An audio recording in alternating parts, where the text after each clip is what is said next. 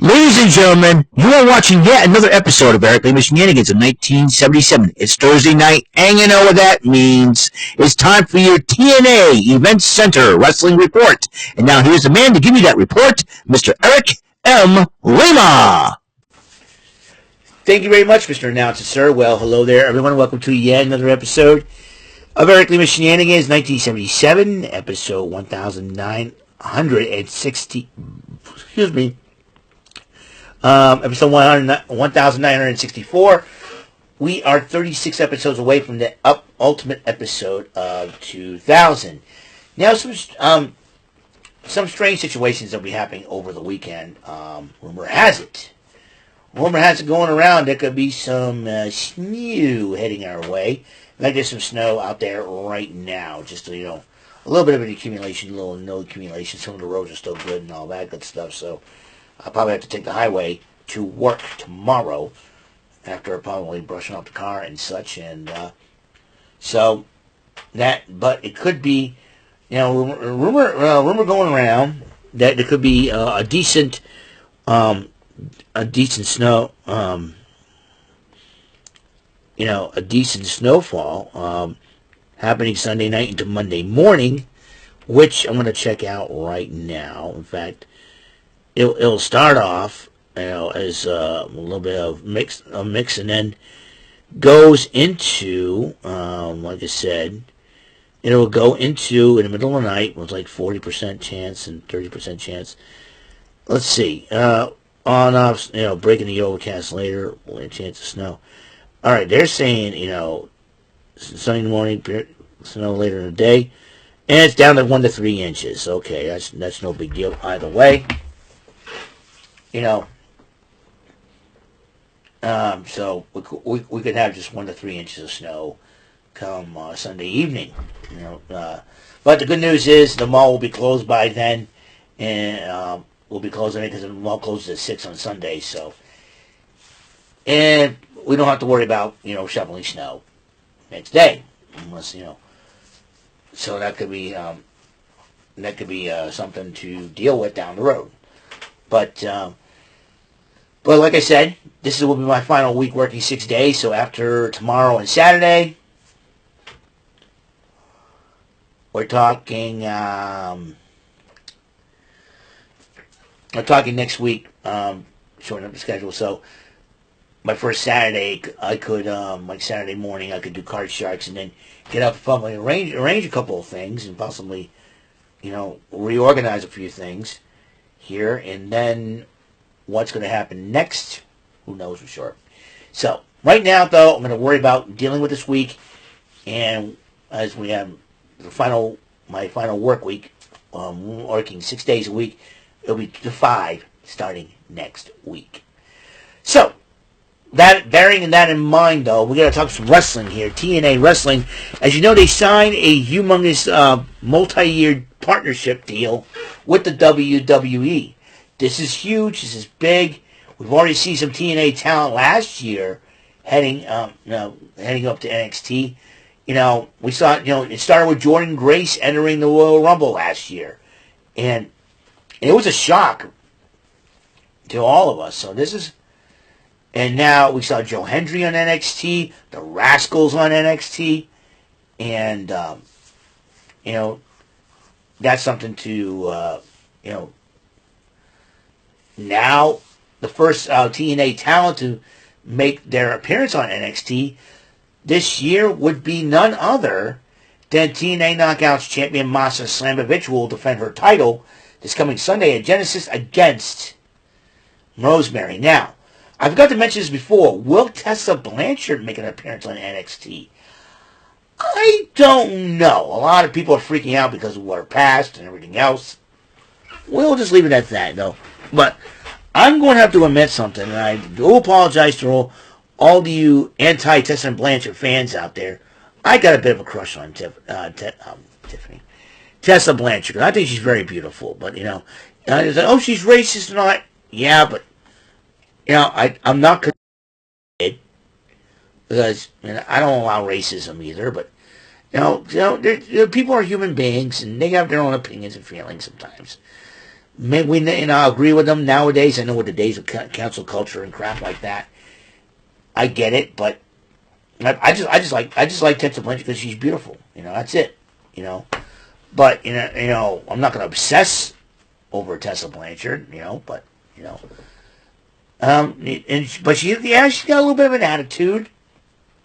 But and besides, I stand no chance of being with any of these wrestling ladies. Trust me. Most of my boyfriends are married already, so might I digress, right? But enough of that crap. I'll get to Tessa Blanchard.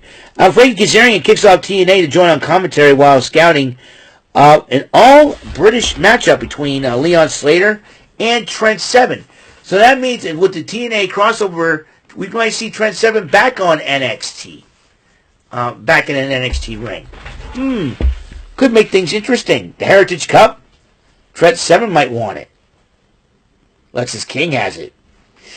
Very interesting. So Leon Slater did end up picking up the victory, and then Kazarian jumps in the ring. Was calling a shot about to attack him with the trophy, but Leon Slater kind of looked at him. They'll face each other in the countdown to Genesis. Joe Henry talks about challenging Nick Nemeth for the world title, and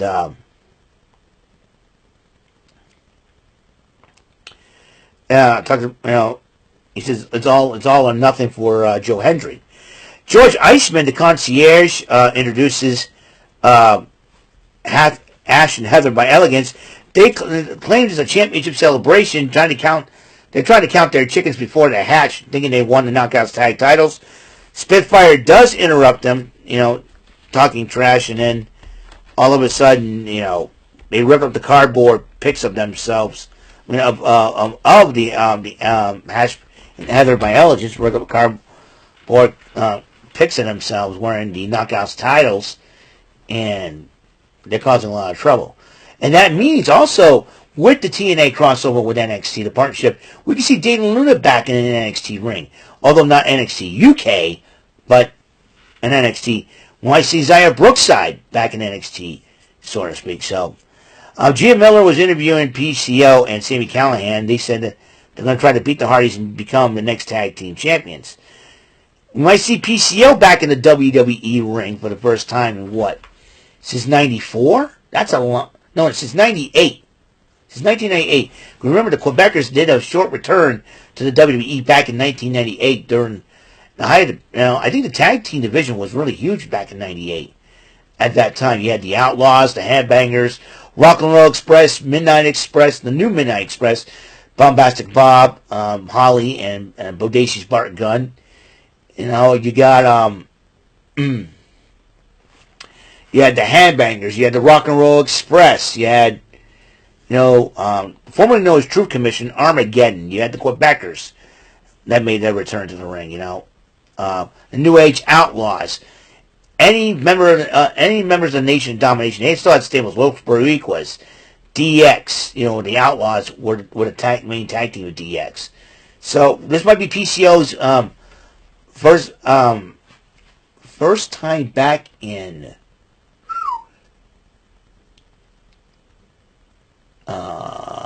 27 years.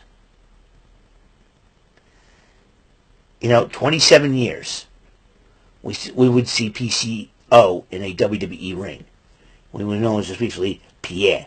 So, Eric Young and Steve Macklin, went up against First Class, the team of AJ Francis and Casey Navarro. And in attendance was actor Judd Leonard. I'm going to see what Judd Leonard's been famous for. I never heard of the guy before, but I want to make sure. Let's,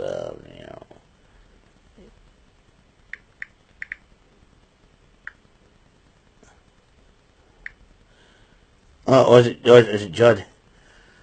Jordan Lormon's a Southeast-based actor. CBS's SEAL team. He was popular. Lormond, not Leonard. Yeah,